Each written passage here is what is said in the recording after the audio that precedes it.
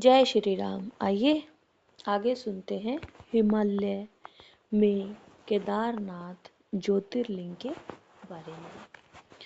ऐसा कहा जाता है कि हिमालय के केदार पर्वत पर भगवान विष्णु तपस्या कर रहे थे।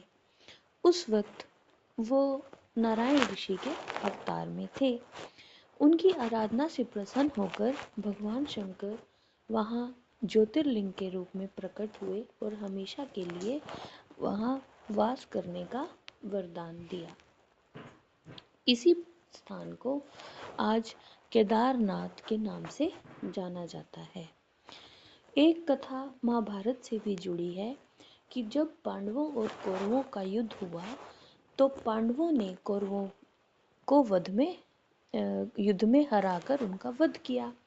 तो पांडव भ्रातृ हत्या के पाप से मुक्ति पाने के लिए भगवान शंकर का आशीर्वाद लेने के लिए गए, परंतु भगवान शंकर उन पांडवों से नाराज थे।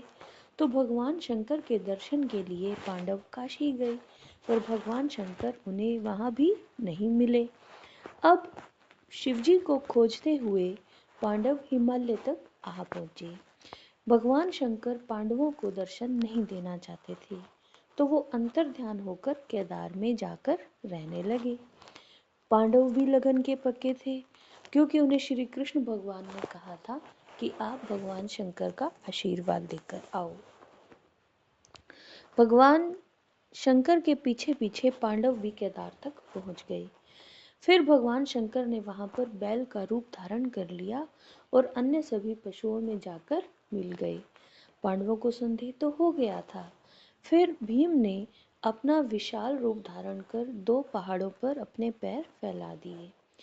बाकी सभी गाय बैल तो निकल गए, परंतु शंकर जी तो भगवान थे, इसलिए भगवान किसी के पैरों के नीचे से कैसे जा सकते थे। तो भीम ने उस बैल पर झपट्टा मारा, लेकिन बैल भूमि में अंतर ध्यान होने लगा। तब भीम ने बैल की पीठ का भाग पकड़ लिया। भगवान शंकर पांडवों की ये निष्ठा, भक्ति और दृढ़ संकल्प देखकर प्रसन्न हो गए।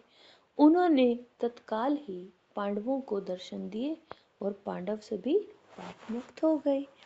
उसी समय से भगवान शंकर बैल की पीठ की आकृति पिंड के रूप में श्री केदारनाथ में पूजे जाते हैं। ऐसा कहा जाता है कि जब भगवान शंकर बैल के रूप में अंतर ध्यान हुए तो उनके धड़ के ऊपर का भाग काठमांडू में दिखाई देने लगा।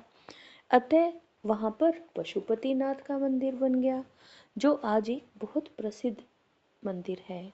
शिवजी की भुजाएं तुंगनाथ में, शिवजी का मुख रुद्रनाथ में और नाभि महेश्वर में और जटा कल्पेश्वर में प्रकट हुए। इसलिए इन 4 स्थानों सहित श्री केदारनाथ को पंच केदार भी कहा जाता है। अब ये जो पंच केदार हैं, इसमें हैं कल्पेश्वर, तुंगनाथ, रुद्रनाथ, पशुपतिनाथ और केदारनाथ। तो जो केदारनाथ में भगवान शंकर के इस भव्य रूप का दर्शन करता है, वह मुक्ति को प्राप्त होता है। केदारनाथ यात्रा के अलावा बद्रीनाथ, गंगोत्री और यमुनोत्री के दर्शन भी इन 4 धामों में किए जाते हैं। महाशिवरात्रि हर साल अक्षय तृतीया के शुभ दिन यहाँ पर मनाई जाती है। हर वर्ष नवंबर के आसपास भाई दूज के दिन केदारनाथ मंदिर की तिथि भी मनाई जाती है और उसके बाद मंदिर के द्वार शीतकाल के लिए बंद कर दिए जाते हैं। तो ये था केदारनाथ परमात्मा शिव के प्रीतम दर्शन, जिसमें भगवान शिव का मनोहारी रूप विराजमान है। तो आइए भगवान शिव के दर्शन करें और खुद को पुण्य का भागी बनाएं। जय श्री राम।